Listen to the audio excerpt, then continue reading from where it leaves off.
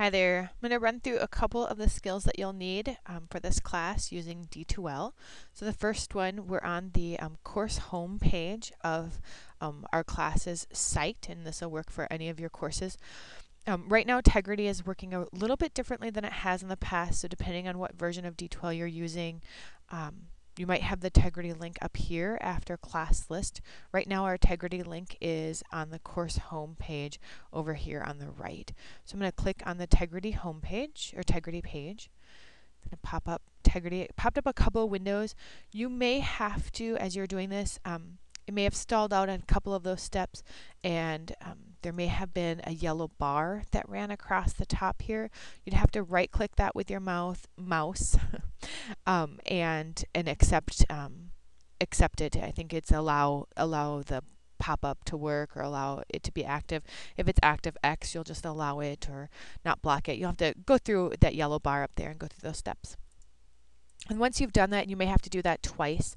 You should get this here, and generally your recordings will come up. This is how it'll look when it pops up.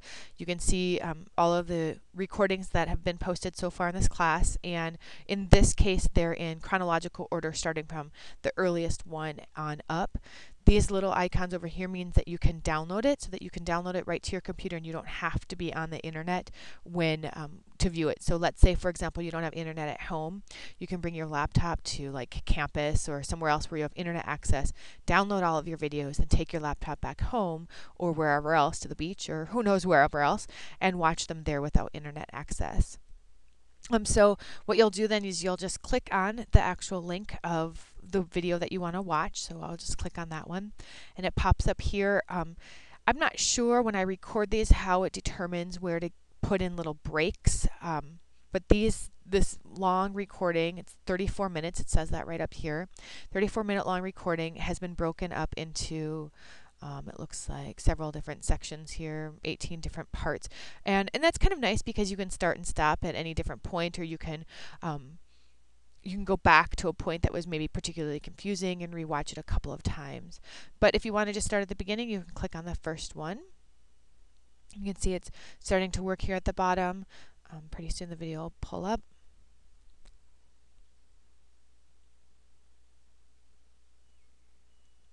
And depending upon how your instructor records videos, you might have an instructor cam right here, which might be their face or a photo.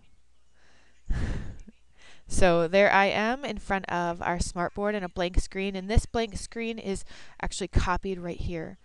And this is sort of nice. I'm going to mute this so you don't hear two audios at the same time. We'll just pause it for a moment. And so you'll see what I'm writing on this screen, and you'll also see it presented here, so you get kind of the both views. And I can't always do this, or some instructors can and some instructors can't, but that's pretty much how Tegrity works. Again, here's the download option. Here's the option to show a whole bunch of the chapters, and those chapters are indicated here on these little black lines indicate the chapters. And like I said, I'm not sure if it's a pause in speech that indicates a chapter break for Tegrity, but it is sort of nice that there are some chapter breaks in there that you can sort of select and move around. And as I said, you can kind of guess, you can kind of scan over them and help determine maybe where you left off or what part you want to rewind, or you got distracted by somebody walking into the room, and you can go back. And there are chapter rewind buttons here. You can also change the listening speed. So if you've listened to it once and you want to go through it a little bit more quickly, you can increase it to 1.5 times to or 1.25 times, 1.5 times, or 2 times, and that's down here in the bottom, in the center here on the right. And then here's the audio for that as well. So in fact, now that I found the audio for it, we can play this without you hearing two audios. So you can see that I'm writing up there, and what I'm writing on the board is writing here. And of course, I have it up to 2 times, so it looks kind of funny. But you can also slow it down. So, all right, that's Tegrity. When you're done with Tegrity, you can just close that window. So I'm back up here to the red box in Tegrity. I'm going to close that. When I open Tegrity, a second tab or maybe a second browser window maybe open. Remember, your browser is either like Firefox or Internet Explorer.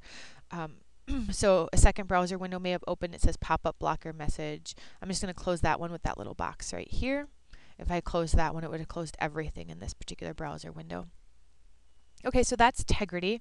One of the other things that we'll take a look at here is discussions. So we'll go to discussions, and for discussions, you'll choose the discussion folder that you want to put a discussion into. So let's say reality check. All right, so the directions for reality check says copy and paste these questions into your post and respond to each one. So here are the reality check questions. So I'm going to copy these, and what I've done to copy them is I always start at the bottom. I don't know why. For some reason, I find that a little bit easier to work from. So I start at the bottom and click and hold. So I'm doing the left click of the mouse, the click you're used to using most of the time, and holding it and dragging over it to select. You can also use the shift key and the arrows to select as well. So I can do that as well. Okay, and then you're going to copy. So what you can do is use the right click of your mouse, and you can hit copy, or if you're a keyboard person, you can use Control and C for copy. So either way, you're going to copy that. Then I'm going to go to compose. So I want to compose a new discussion post. I'm going to compose here. It popped up the new window. So the first thing I'm going to do, just in case I get distracted and lose it for some reason, copy something else or hit a wrong key, is I'm going to paste those questions in. And I did that. It started from the bottom for me. I did Control V on the keyboard, or again, you can use the right click of the mouse and click on paste, and it'll paste it in for you. Then I'm going to hit the subject so that there's a subject when I go to post my, and it's popping up some options of previous posts I've used. So in fact, there's one I did a sample copy of earlier. So I wrote reality check and my student name, Jane Smith. So then I would go through and I'd answer the question as the instructor's directions say, copy and paste it into there, and then answer the questions. So what salary are you shooting for in the next few years? I'd write on there maybe $70,000, and then what did you base this information on? How were you able to calculate your needs, sources, living on your own? And you'd answer this question. Perhaps you'd type out living on my own, researching the cost of living where I plan to live, and also talking to others. Okay, those would maybe be my sources that help me determine through the reality check the cost that I wanted. And then once that's all done, if you want to add a file, you can. For our class, we're not adding files. And then if you look here, I'm using the button, the scroll on the mouse, otherwise the up and down arrows, and I can't see anywhere to post it. And it's really unusual, but the post button is hidden way down here on the bottom side. It's underneath this thing, and I'm not sure why it's making this screen so large. So what I'm going to do is grab an upper corner, because I can't reach the bottom corners because they're covered behind that bar. So I'm going to grab an upper corner until my cursor turns diagonal. I'm going to click and hold and shrink this window down, then grab the top bar and pull it on up, and then I can see the actual post link, which is kind of a crazy feature that it's making it so large that I can't get to it. But there it is, and so I'm going to click post, and there's my post out to the discussion board. So that's a little quick tutorial on discussion. So then the other thing is using the Dropbox. So I'm going to go out there to Dropbox. So let's say I want to Dropbox a file, or for this course, I'm asking you to put your journals in the Dropbox. So what I'll do is I'll go out to Journal 1, and I had suggested that you copy and paste your journal entry into the comments box. So I'm going to click on that comments box to activate it.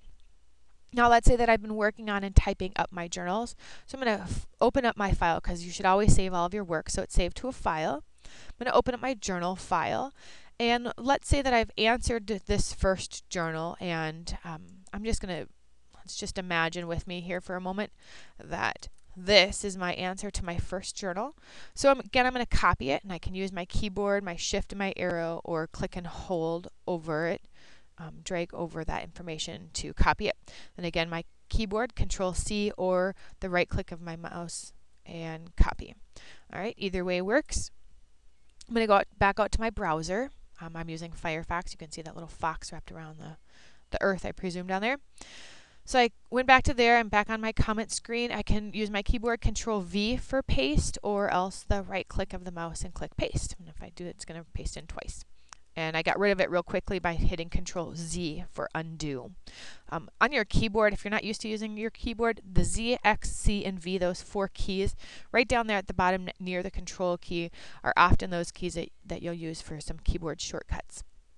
Okay, so now I've got the comment in there, I've got the journal in there, and I can go ahead and click submit, except you notice that it makes me add a file. And I didn't realize this when I suggested students do that. So in this case, I'm just going to suggest you either add some sort of fake file or go ahead and add your journal file to it. Don't add anything personal that you don't want me to read in case I do accidentally go through and open it. But I'm just going to grab my journal file. I'm looking for it here. I'm going to add that to it. If you wanted to add another file to upload, you could keep clicking add. So if you have a Dropbox that requires several files to be uploaded, you can go through add and add multiple files at the same time. But when you've got them all that you want in there, you can just click upload. And so there's your file name, there's your information actually in the content box. So depending on how you're using that Dropbox, those are the 2 techniques that you'll use. And now here it's a little bit smarter. You have a submit key up at the top, or you can scroll down and find the submit key at the bottom. So I can go ahead and submit that. And then you just hear it. Here it comes right here. I have my my Outlook, Microsoft Outlook email open, and so when I did that, as soon as I submitted that, I got an email automatically sent to the email account that I have registered with D2L. I get a receipt saying that everything was submitted, so that's kind of nice to have. So I can always keep those. I could keep those and label those or put them into a folder in my Hotmail or my email in any way, so that if I need to show my instructor that I uploaded those things, they're there. And I think that those are some of our major concerns here with D2L. You can certainly, if you get to content, uploading information from content, it's just a couple clicks, and again you might get a yellow bar up at the top that says that it's not allowing it. You'll just have to click download.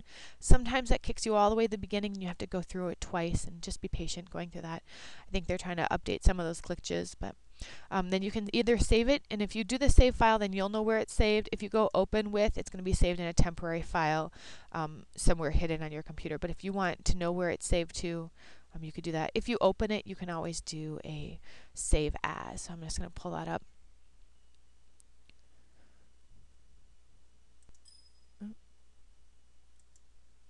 Okay, I'm just going to do a, so if I saved it and I go, oh yeah, I forgot to do a save as, you can go to this little curly ribbon right here and click on save as.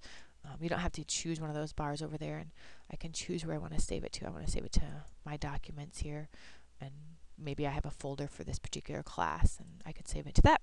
So those are a couple of things, and I know some of that stuff I went through a little bit quickly for you, and if you want an extension on any of those, just either post a comment or send me an email, and I'll try and get you a little bit more of a tutorial on some of that stuff. But otherwise, I hope that kind of gives you a quick look at getting into D2L a little bit.